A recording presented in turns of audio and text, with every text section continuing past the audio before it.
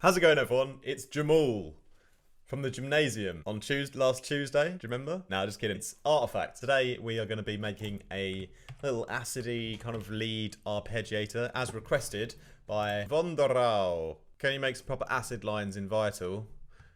Short answer is maybe. Pappenheimer bass, Space 92 run.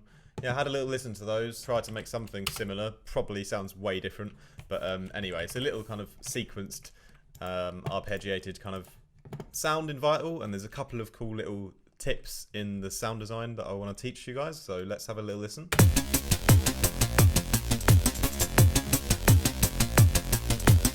But also take out this oscillator here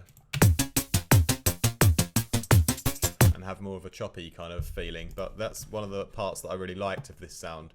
So if we kind of just start from scratch, you know, let's turn off all the Michael Bays, and then let's listen to the first sound, which is just a normal initialized preset saw wave. Run on this 1/8 LFO just to give that kind of pattern. We can change this speed later, we can automate it and things like that. And I've just drawn in a MIDI pattern here, which is just like we have this F running all the time, and then we just have a few kind of notes going up and down. And I've just put the voices to Vital on 1 here, and the always glide legato on. We can maybe glide them a little bit more.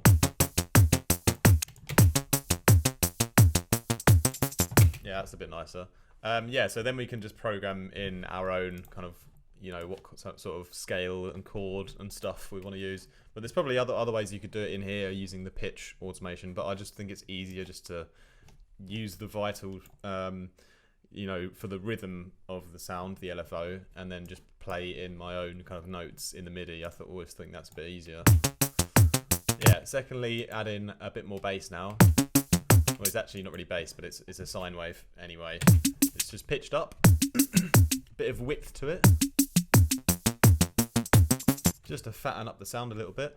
And then yeah, this third one here is another saw wave, but it's so on these first two I'm actually automating the level onto this LFO, so they come in, you know, as these kind of stab hits. And I've done the opposite on this oscillator 3, so I've left the level up, and then on the same LFO it's going down, so it's doing like the reverse volume movement, and it's a kind of lower pitched saw wave. And then when you kind of have them together, you've got like these main kind of high ones stabbing, and the kind of low one is like doing the opposite. So it's as those are stabbing down, this one's, you know, coming up. You know, if you know what I mean. It's the other way around. And yeah, it creates quite a nice, interesting movement in my opinion. There's a bit of sample kind of box fan, just a kind of little bit of extra texture on top, but it's not really a big deal. And then I've got this sync mode on here, and I've just tracked the LFO 1 slightly to it, because if you listen to what kind of brings out a bit of a kind of nice element to the stab, you know, but just a little bit of it. Yeah, it sounds pretty cool. And then if we go onto the chorus, it starts to get a bit nicer. Again, I'm just mapping the kind of LFO. It's the LFO 2, right? Yeah, so I've got second LFO, which is doing a slow up and slow down over the course of the ARP. So the first one is just doing the main kind of stab movement, and the second one is we're just using it to apply some subtle changes in the like modulation of the sound. So it just it's not always the exact same hit. It has a bit of kind of variation to it. And yeah, on that I've just tracked it to the depth delay of the chorus here. Bit of compression, just to kind of shape the sound a bit, and then a filter with a nice bit of band passing. Yeah.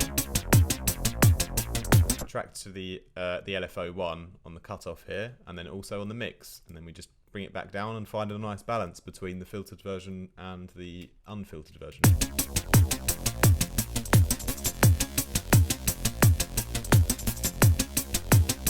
Get a little bit more movement into the sound, and then distortion at the end just to smash it all up. Linear fold mode. pretty happy with that. And then I've put a bit of volume automation with the LFO one again on the overall volume, so we have a bit more dynamic movement from the actual volume of the whole sound. Could add a reverb to the end of here as well.